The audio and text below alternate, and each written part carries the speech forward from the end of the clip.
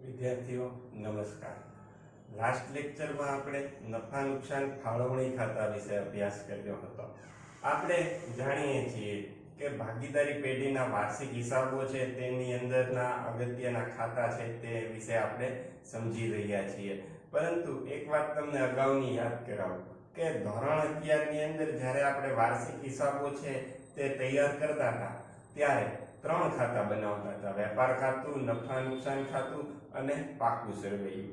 જ્યારે ભાગીદારી પેઢીના વાર્ષિક હિસાબો જે ધોરણ 12 ની અંદર આપણે શીખવાના છે તેની અંદર આપણે 5 ખાતા બનાવવાના છે કે આ ત્રણ ખાતા જે ધોરણ 11 ના છે તે તો બનાવવાના જ છે, વેપાર ખાતું, નફા નુકસાન ખાતું અને પાકું સરવૈયું। આ ઉપરાંત વધારાના 2 ખાતા બનાવવાના છે જેની અંદર નફા નુકસાન ફાળવણી ખાતું અને ભાગીદારોના મૂડી ખાતાનો સમાવેશ થાય છે।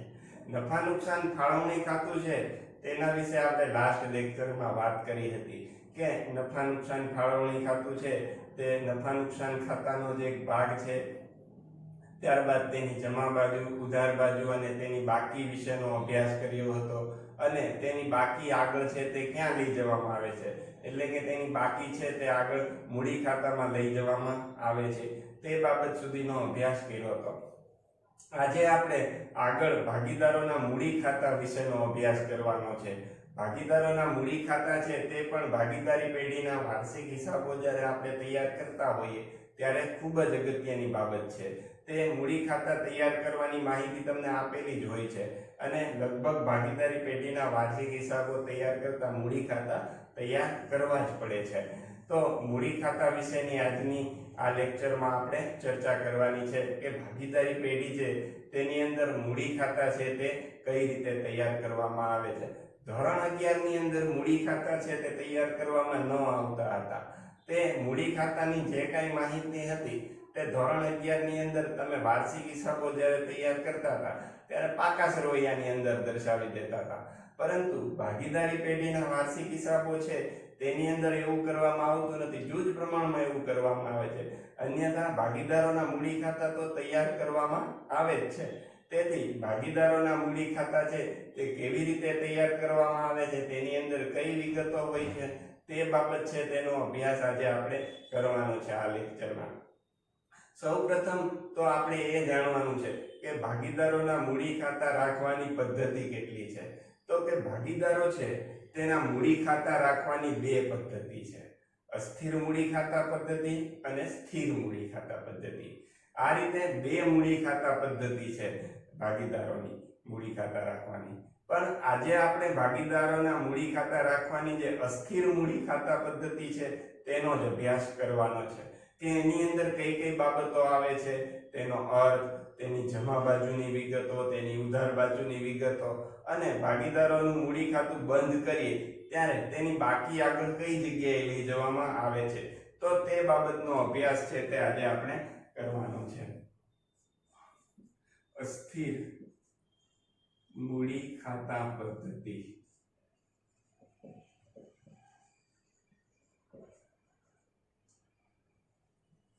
આ અસ્થિર મૂડી ખાતા પદ્ધતિ છે તેનો આજે આપણે અભ્યાસ કરવાનો છે। સૌપ્રથમ આપણે આ અસ્થિર મૂડી ખાતા પદ્ધતિ છે તેનો અર્થ જોઈએ। અર્થ, જે મૂડી ખાતા પદ્ધતિમાં ભાગીદારોની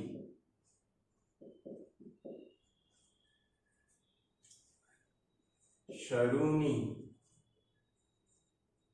મૂડી અને આખરની મૂડી ની બાકી અલગ અલગ હોય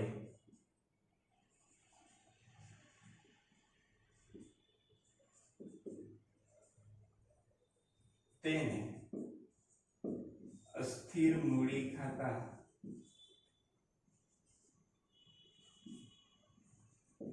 પદ્ધતિ કહે છે।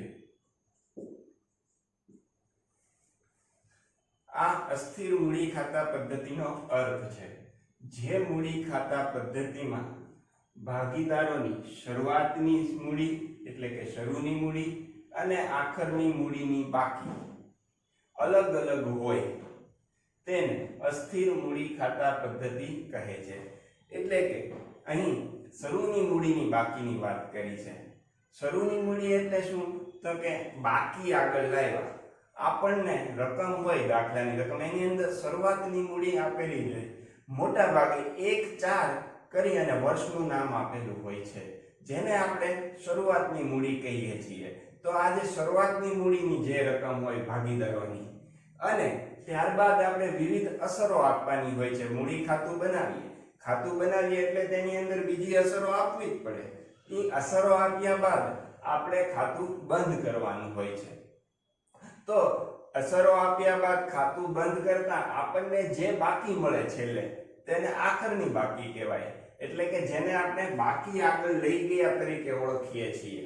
તો શરૂઆતની મૂડીની બાકી એટલે કે બાકી આગળ લાવ્યા અને બાકી આગળ લઈ ગયા, આ બંને જો અલગ અલગ હોય તો એવી મૂડી ખાતા પદ્ધતિને અસ્થિર મૂડી ખાતા પદ્ધતિ તરીકે ઓળખવામાં આવે છે. અસ્થિર મૂડી ખાતા પદ્ધતિ છે તેનું બીજું નામ હંગામી મૂડી ખાતા પદ્ધતિ પણ છે. આ પ્રશ્ન છે તે પરીક્ષામાં ઘણીવાર પૂછાયેલો છે કે અસ્થિર મૂડી ખાતા પદ્ધતિ છે તેનું બીજું નામ શું છે? તો કે અસ્થિર મૂડી ખાતા પદ્ધતિ છે તેનું બીજું નામ હંગામી મૂડી ખાતા પદ્ધતિ પણ છે. ટૂંકમાં જે મૂડી ખાતાની પદ્ધતિમાં શરૂઆતની મૂડી એટલે કે બાકી આગળ લાવ્યા અને અસરો આપ્યા બાદ ખાતાની અંદર આખરની જે મૂડી મળે જેને આપણે બાકી આગળ લઈ ગયા તરીકે ઓળખીએ છીએ, તે જો તે બંને અલગ અલગ હોય તો એવી મૂડી ખાતા રાખવાની પદ્ધતિને અસ્થિર મૂડી ખાતા પદ્ધતિ તરીકે ઓળખવામાં આવે છે. અસ્થિર મૂડી ખાતા પદ્ધતિનું બીજું નામ હંગામી મૂડી ખાતા પદ્ધતિ પણ છે. અસ્થિર મૂડી ખાતા પદ્ધતિ છે તેની અંદર ભાગીદારનું એક જ મૂડી ખાતું તૈયાર કરવામાં આવે છે. તેની અંદર જ બધી અસરો આપવામાં આવે છે, તેમાં બીજી કોઈ ખાતું તૈયાર કરવામાં આવતું નથી. અસ્થિર મૂડી ખાતા પદ્ધતિએ જ્યારે હિસાબો તૈયાર કરવામાં આવતા હોય ત્યારે ફક્ત ભાગીદારનું મૂડી ખાતું તૈયાર કરવામાં આવે છે અને ભાગીદારના જે મૂડીને લગતા વ્યવહારો હોય એટલે કે જે ભાગીદારને લગતી અસરો છે તે બધી જ તે ભાગીદારોના મૂડી ખાતામાં એક જ ખાતામાં અસર આપવામાં આવતી હોય છે. આ ખાતું પણ ફાળવણી ખાતું જે આપણે અગાઉ શીખ્યા, નફા નુકસાન ફાળવણી ખાતું, તેની જેમ 3 ભાગમાં વહેંચાયેલું હોય છે. એટલે કે જમા બાજુ, ઉધાર બાજુ અને ખાતાની બાકી. આ 3 બાબતો છે તે અહીં ધ્યાનમાં લેવામાં આવે છે. હવે આપણે સૌપ્રથમ જોઈએ કે અસ્થિર મૂડી ખાતા પદ્ધતિમાં જે ભાગીદારનું મૂડી ખાતું આપણે તૈયાર કરીએ છીએ તેમાં જમા બાજુએ કઈ કઈ વિગતો દર્શાવવામાં આવે છે. જમા બાજુ અસ્થિર મૂડી ખાતા પદ્ધતિમાં ભાગીદાર છે તેની જે આવકો છે, ભાગીદારની જે આવકો છે જે પેઢીમાંથી તે મેળવે છે તે બધી આવકો સામાન્ય રીતે મૂડી ખાતાની જમા બાજુ દર્શાવવામાં આવે છે. સામાન્ય રીતે વધારાની મૂડી લાવ્યો હોય તો તે પણ અહીં જમા બાજુએ દર્શાવવામાં આવે છે. આપણે જાણીએ છીએ કે ભાગીદારને આવકો કઈ કઈ રીતે થાય છે પેઢીમાંથી? તો કે ભાગીદારને પગાર હોય, મૂડીનું વ્યાજ હોય, તેનું બોનસ, તેનું કમિશન, તો આ બધી જ તે જે બાબતો છે કે જે ભાગીદારની આવકો દર્શાવે છે, તો તે આવકો છે તે અસ્થિર મૂડી ખાતા પદ્ધતિ છે તેની અંદર જમા બાજુએ દર્શાવવામાં આવે છે. સૌપ્રથમ અસ્થિર મૂડી ખાતા પદ્ધતિ છે તેની જમા બાજુએ શરૂની મૂડી એટલે કે જેને આપણે બાકી આગળ લાવ્યા તરીકે ઓળખીએ છીએ, જે આપણને આપણા દાખલાની રકમમાં આપેલ જ હોય છે. તો આ જે શરૂઆતની મૂડી છે જેને આપણે બાકી આગળ લાવ્યા તરીકે ઓળખીએ છીએ, સામાન્ય રીતે તેની પાસે તેની બાજુમાં 1-4 એવી તારીખ લખેલી હોય છે. તો આ જે મૂડી છે તેને શરૂઆતની મૂડી કહીએ છીએ. આ શરૂઆતની મૂડી છે તે જમા બાજુએ દર્શાવવામાં આવે છે અને તેની વિગત હોય તેની સામે બાકી આગળ લાવ્યા તેમ લખવામાં આવે છે. ત્યાર પછી ભાગીદારની આવક છે તે દર્શાવવામાં આવે છે, તેમાં મૂડીનું વ્યાજ. આપણે જાણીએ છીએ કે ભાગીદાર પેઢીમાં મૂડી લાવે છે અને ભાગીદારી કરાર થયો હોય અને એમાં જો વ્યાજ ગણવાની નોંધ કરી હોય, તે લોકોએ શરત રાખેલી હોય, તો ભાગીદાર છે તેને તેની મૂડી ઉપર વ્યાજ મળે છે. તો મૂડીનું વ્યાજ છે તે ભાગીદાર માટે આવક બને છે. તો અસ્થિર મૂડી ખાતા પદ્ધતિ હોય તેમાં ભાગીદારની મૂડીનું વ્યાજ છે તે તેના ખાતાની જમા બાજુએ દર્શાવવામાં આવે છે. સામાન્ય રીતે મૂડી પર વ્યાજ છે તે ગણવાની ટકાવારી આપેલી હોય છે. આપણને સીધે સીધું મૂડીનું વ્યાજ છે તે દાખલામાં આપેલું હોતું નથી. મૂડી પર જે કાંઈ નિયત ટકાવારી હોય વ્યાજ ગણવાની તે આપણને આપેલી હોય છે. તે ટકાવારી મુજબ ભાગીદારની જે શરૂઆતની મૂડી હોય તે મૂડી ઉપર આપણે નિયત ટકાવારી પ્રમાણે આપણે વ્યાજ ગણવાનું હોય છે અને તે મૂડીનું વ્યાજ છે તે આપણે અહીં જમા બાજુએ દર્શાવવાનું હોય છે. ત્યારબાદ ભાગીદારની આવકમાં પગારનો સમાવેશ થાય છે. તો પગાર છે તે ભાગીદાર છે તેની માટે આવક છે. તો તે આવક છે તે તેના મૂડી ખાતાની જમા બાજુએ દર્શાવવામાં આવે છે. આ પગાર માટે થઈ અને ઘણીવાર આપણને રકમમાં વાર્ષિક પગાર, 6 માસિક પગાર, 3 માસિક પગારની રકમ આપેલી હોય છે અને જે તે રકમ આપેલી હોય છે, જે તે સૂચના આપેલી હોય છે તે મુજબ ગણતરી કરી અને પગાર છે તે આપણે ભાગીદારના મૂડી ખાતાની જમા બાજુએ દર્શાવવાનો હોય છે. જો કોઈ ભાગીદાર છે તેના પગાર માટે થઈ અને એવી સૂચના આપેલી હોય કે આ પગાર તેનો વાર્ષિક પગાર છે, તો આપણે સીધો જમા બાજુએ દર્શાવી દેવાનો હોય છે. પરંતુ કોઈ ભાગીદાર માટે એવી સૂચના આપેલી હોય કે આ પગાર છે તેનો 6 માસિક પગાર છે, તો આપણે જે 6 માસિક પગાર આપેલો હોય તેને 2 વડે ગુણી અને વાર્ષિક પગારમાં તેનું રૂપાંતર કરીને લખવાનું હોય છે. કોઈ પગાર માટે એવી સૂચના આપેલી હોય કે આ પગાર છે તે તેનો માસિક પગાર છે, એટલે કે તેને દર મહિને એટલો પગાર આપવામાં આવે છે. તો તેને જે દર મહિને પગાર આપવામાં આવતો હોય એવી સૂચના હોય, માસિક પગારની સૂચના હોય, તો ભાગીદારનો જે માસિક પગાર છે તેને 12 વડે ગુણી અને તેનું વાર્ષિક પગાર છે તેની અંદર રૂપાંતર કરવામાં આવે છે અને ત્યારબાદ છે તેની નોંધ કરવામાં આવે છે.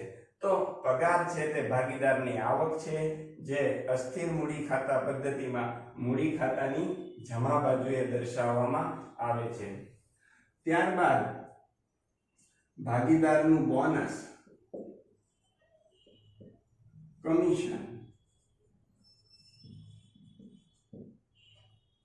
ભાગીદારો છે તેની વચ્ચે કરારમાં એવી જોગવાઈ થયેલી હોય કે કોઈ ભાગીદાર છે તે વધારાનું કામ કરશે તો તેને કમિશન કે બોનસ આપવામાં આવશે. તો તે જે બોનસ કે કમિશન મળવા પાત્ર તેને થતું હોય તો તેની નોંધ પણ મૂડી ખાતાની જમા બાજુએ દર્શાવવામાં આવે છે. અગાઉ આપણે ટૂંકા દાખલા આ ચેપ્ટરમાં જોયા હતા, તેમાં કમિશનના દાખલા પણ જોયા હતા કે નફા ઉપર કમિશન ભાગીદારને આપવામાં આવે છે. તો તે આ જ કમિશન છે, આ જ બોનસ છે કે ભાગીદારને જે નફો મળતો હોય, પેઢીનો જે નફો થયેલો હોય એમાંથી ભાગીદારને જે તે બોનસ કે કમિશન આપવામાં આવે અને જે તેને બોનસ કે કમિશન મળે તે તેની આવક થાય છે. તેથી તેના મૂડી ખાતાની જમા બાજુએ દર્શાવવામાં આવે છે. તો આ બધી ભાગીદારને લગતી આવકો છે તે દર્શાવવામાં આવે છે. આ ઉપરાંત વધારાની મૂડી,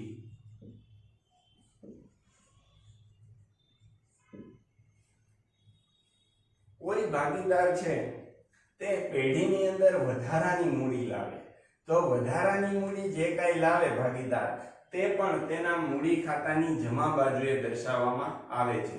ભાગીદાર જે વધારાની મૂડી લાવે તેની પર પણ તેને વ્યાજ મળે છે. તે વ્યાજની ગણતરી છે તે સમયને આધીન કરવામાં આવે છે. ભાગીદાર જ્યારે મૂડી લાવ્યો હોય વધારાની વર્ષ દરમિયાન તે મુજબનો સમયગાળો ગણી અને ભાગીદાર છે તેની મૂડી ઉપરનું વ્યાજ છે તે ગણવામાં આવે છે. તો ટૂંકમાં જે કાંઈ વધારાની મૂડી ભાગીદાર લાવે છે તે વધારાની મૂડી છે તે ભાગીદારના મૂડી ખાતાની જમા બાજુએ દર્શાવવામાં આવે છે. ત્યારબાદ વહેંચણી પાત્ર નફો.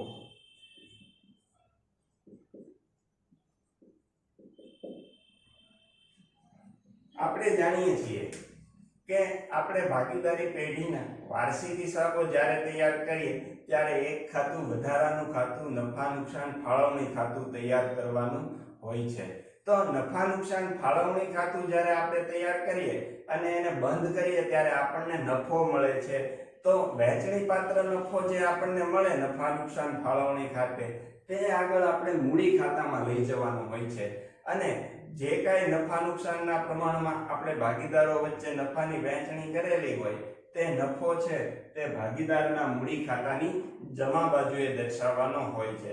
ટૂંકમાં જે કાંઈ વહેંચણી પાત્ર નફો આપણને જોવા મળે ફાળવણી ખાતેથી તે વહેંચણી પાત્ર નફો ભાગીદારના મૂડી ખાતાની જમા બાજુએ દર્શાવવામાં આવે છે. તો અહીં આપણને ખ્યાલ આવે કે અસ્થિર મૂડી ખાતા પદ્ધતિ છે તેની અંદર જે ભાગીદારનું મૂડી ખાતું તૈયાર કરવામાં આવે તેની જમા બાજુએ શરૂઆતની મૂડી, મૂડીનું વ્યાજ, પગાર, બોનસ, કમિશન, વધારાની મૂડી અને વહેંચણી પાત્ર નફો છે તે દર્શાવવામાં આવે છે. તો આટલી વિગતો જે કંઈ ભાગીદારની સામાન્ય રીતે આવકો ગણાય છે તે આવકો છે તે ભાગીદારના મૂડી ખાતું છે તેની જમા બાજુએ દર્શાવવામાં આવે છે. ત્યારબાદ ઉધાર બાજુ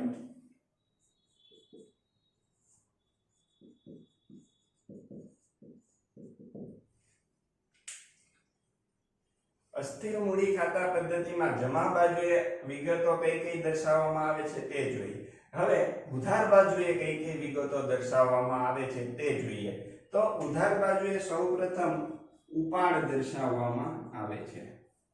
ભાગીદારો વર્ષ દરમિયાન જુદી જુદી રકમનો પોતાની જરૂરિયાત મુજબ ઉપાડ કરતા હોય છે.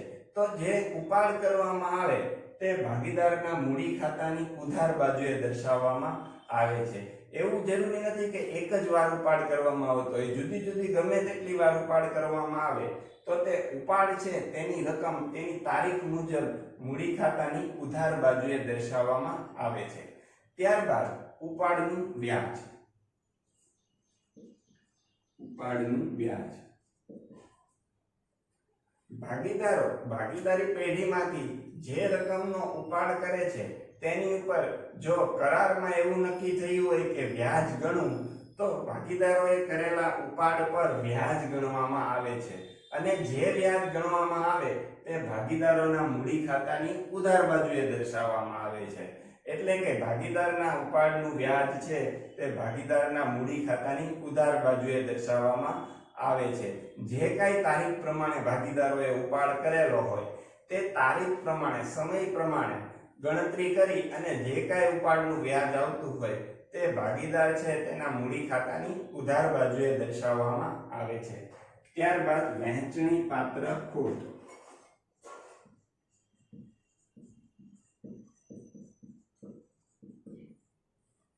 આપણે ગયા લેક્ચરમાં ફાળવણી ખાતા વિશે ભણ્યા હતા. તેની અંદર જે રીતે નફો આવી શકે તે રીતે ફાળવણી ખાતું આપણે બંધ કરીએ તો ફાળવણી ખાતું છે તે બંધ કરતા ખોટ પણ આવી શકે. ફાળવણી ખાતાની ઉધાર બાજુનો સરવાળો વધી જાય અને તફાવત જો જમા બાજુએ આવે તો તેને વહેંચણી પાત્ર ખોટ કહે છે. આ જે વહેંચણી પાત્ર ખોટ આવે તે ભાગીદારો છે તેના મૂડી ખાતાની ઉધાર બાજુએ દર્શાવવામાં આવે છે. જે કાંઈ નફા નુકસાન વહેંચણીનું પ્રમાણ હોય તે મુજબ ખોટ છે તેને વહેંચી દેવામાં આવે છે અને ભાગીદારોના મૂડી ખાતાની ઉધાર બાજુએ દર્શાવવામાં આવે છે. તો ભાગીદારોના મૂડી ખાતા છે તેની ઉધાર બાજુએ કુલ 3 બાબતો દર્શાવવામાં આવે છે: ઉપાડ, ઉપાડનું વ્યાજ અને વહેંચણી પાત્ર ખોટ. તો આ 3 બાબતો છે જે ભાગીદારના મૂડી ખાતાની ઉધાર બાજુએ દર્શાવવામાં આવે છે. ત્યારબાદ બાકી, ખાતાની બાકી.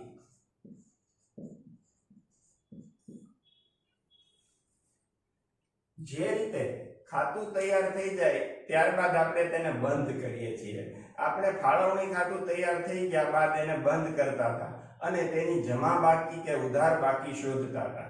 તો તેવી જ રીતે અહીં મૂડી ખાતું તૈયાર થઈ જાય, બધી જ વિગતોની અસર અપાઈ જાય ત્યારબાદ મૂડી ખાતું છે તેને પણ બંધ કરવામાં આવે છે. મૂડી ખાતું બંધ કરતા જો જમા બાકી મળે, મૂડી ખાતું છે તે બંધ કરીએ આપણે અને જમા બાકી મળે એટલે કે મૂડી ખાતું બનાવતા તેની જમા બાજુનો સરવાળો વધારે આવે અને ઉધાર બાજુનો સરવાળો ઓછો આવે તો આપણને જે તફાવત મળે તેને જમા બાકી કહેવાય. આ જમા બાકી છે તે આગળ પાકા સરવૈયામાં લઈ જવાની હોય છે. પાકા સરવૈયાની અંદર મૂડી દેવા બાજુએ છે તે તેની જમા બાકી છે તે દર્શાવવાની હોય છે. એટલે કે મૂડી ખાતું બંધ કરીએ અને ખાતું બંધ કરતા જો જમા બાકી આવે તો તેને આગળ પાકા સરવૈયામાં મૂડી દેવા બાજુએ દર્શાવવામાં આવે છે. ત્યારબાદ ઉધાર બાકી.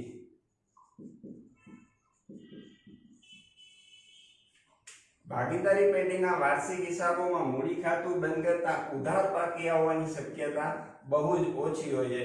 જૂજ કિસ્સામાં તે કોઈ ભાગીદાર છે તેની ઉધાર બાકી આવે છે અને જો તેની ઉધાર બાકી હોય તો તેને આગળ પાકા સરવૈયામાં મિલકત લેણા બાજુએ દર્શાવવામાં આવે છે. પરંતુ મોટા ભાગે તો ભાગીદારી પેઢીના વાર્ષિક હિસાબો તૈયાર કરતા મૂડી ખાતું બંધ કરીએ ત્યારે તેની જમા બાકી જ આવે છે. જમા બાકી આવે તો તેને મૂડી દેવા બાજુએ દર્શાવવામાં આવે છે. આપણે સમગ્ર વિગત છે તે ફરીથી એકવાર જોઈ લઈએ કે ભાગીદારી પેઢીમાં ભાગીદારોના મૂડી ખાતા રાખવાની બે પદ્ધતિ છે, અસ્થિર મૂડી ખાતા પદ્ધતિ અને સ્થિર મૂડી ખાતા પદ્ધતિ.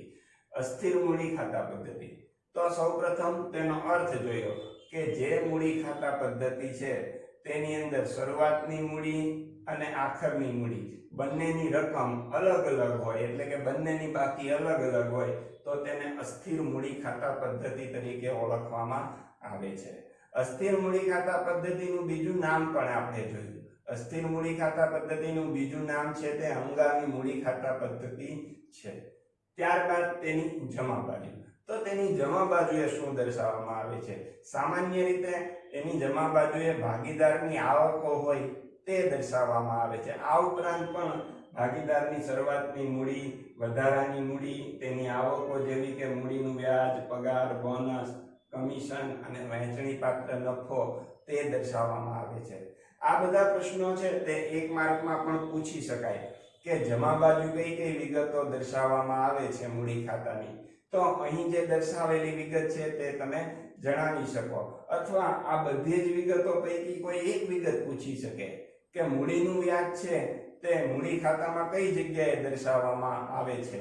ઉપાડનું વ્યાજ, બોનસ છે, પગાર છે, કમિશન છે, વધારાની મૂડી છે તે કઈ જગ્યાએ દર્શાવવામાં આવે છે તેવી વિગતો એક વાક્યના સવાલમાં પૂછી શકે છે.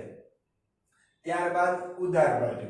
ઉધાર બાજુએ સામાન્ય રીતે ત્રણ વિગતો દર્શાવવામાં આવે છે. ઉપાડનું વ્યાજ અને વહેંચણી પાત્ર ખોટ તે દર્શાવવામાં આવે છે.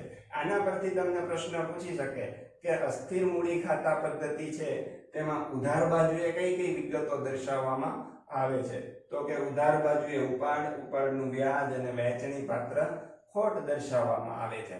આ ઉપરાંત આ એક એક વિગત લઈ અને પણ પ્રશ્ન પૂછી શકે તમને કે ઉપાડ અને ઉપાડનું વ્યાજ મૂડી ખાતામાં કઈ જગ્યાએ દર્શાવવામાં આવે છે? તો તમારે જવાબ લખવો પડે કે ઉધાર બાજુએ દર્શાવવામાં આવે છે. ત્યારબાદ ખાતું બંધ કરવાનું એટલે કે ખાતાની બાકી. જો ખાતું બંધ કરીએ અને તેની જમા બાકી આવે તો જમા બાકી તેની આવે તો આપણે આગળ પાકા સરવૈયામાં મૂડી દેવા બાજુ દર્શાવવાની હોય છે અને ઉધાર બાકી આવવાની શક્યતા બહુ ઓછી હોય છે. જો આવે તો તેને મિલકત લેણા બાજુએ દર્શાવવાની હોય છે. તો આ લેક્ચરમાં આપણે વિદ્યાર્થી મિત્રો અસ્થિર મૂડી ખાતા વિશે સંપૂર્ણ માહિતી મેળવી. આગળના લેક્ચરમાં આપણે આ 2 દિવસના જે લેક્ચર છે ફાળવણી ખાતાનો લેક્ચર અને અસ્થિર મૂડી ખાતા પદ્ધતિ વિશેની માહિતી, આ 2 લેક્ચર વિશે જે શીખ્યા લેક્ચરમાં તેની મદદથી આપણે દાખલાઓ છે તે કેટલાક સ્વાધ્યાયના છે તેનો અભ્યાસ કરીશું.